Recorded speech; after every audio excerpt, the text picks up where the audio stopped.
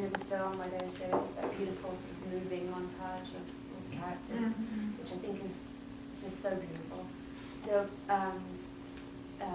that character is sobbing, and like the pit of despair is like, and like the way that you, the way that you can have sympathy for a serial killer is what makes this film very important.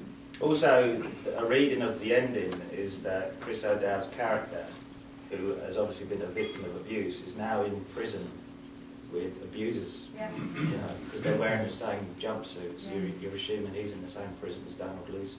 Yeah, one of the great things, you know, that kind of, when you're talking, I kind of put a lot of emphasis when I'm talking about this film, about the sense of hope at the end, because it really does strike me. But one of the other things, in equal measure, I think, that you get from the film is, from Chris O'Dowd's performance, is the knowledge that you know, I remember seeing Deliverance and understanding what rape meant, finally, because you see it happening in such a way.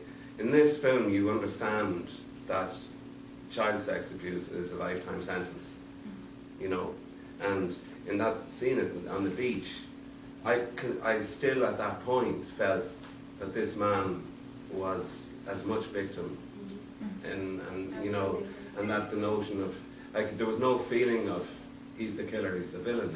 All of that had gone. There was this much more disturbing vista of somebody who had lived his life in pain. I was wondering, for John, was there always the inevitability that he would pull the trigger for you when you were conceiving the story? Yeah, he was always going to die. I didn't know until I was 2/3 way through which of the characters was going to be the killer, though. It's interesting that the scene right at the end, in the original draft of that, when Kelly's character is kind of visually trying to encourage him to pick up the phone. In the original draft, he doesn't pick up the phone. But I thought, you know, at this moment, we've gone through this journey, let's have elements of grace in both characters. So he picks up the phone, and then we have, you know, we end on the great final shot of Kelly.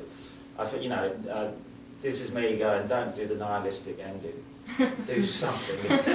Have a modicum at the end. You reveal yourself, so Yes, you let me do. tell you, for your black soul. There's hope for you. One of the things that's so strong about the film is also all the supporting characters.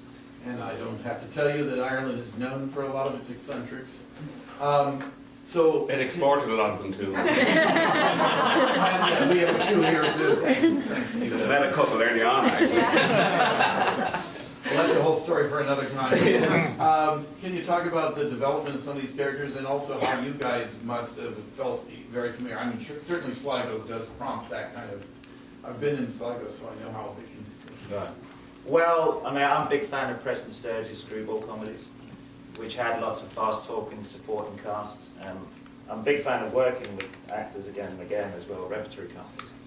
So I tried, you know, there's people in the film like Pat Shaw, Gary Lydon, who were in the Guards, and I actually found all those characters quite easy to write in a way, because they're all confrontational towards the priest, you know.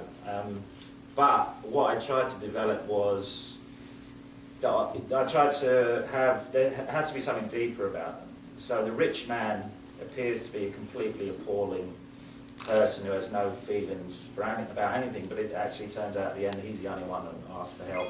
He does genuinely go and ask for help. Aidan Gillen's, you know, smirking atheistic doctor, I mean, you know, yeah, he's an appalling person, but he is helping his community out. He is a doctor, he is saving lives. So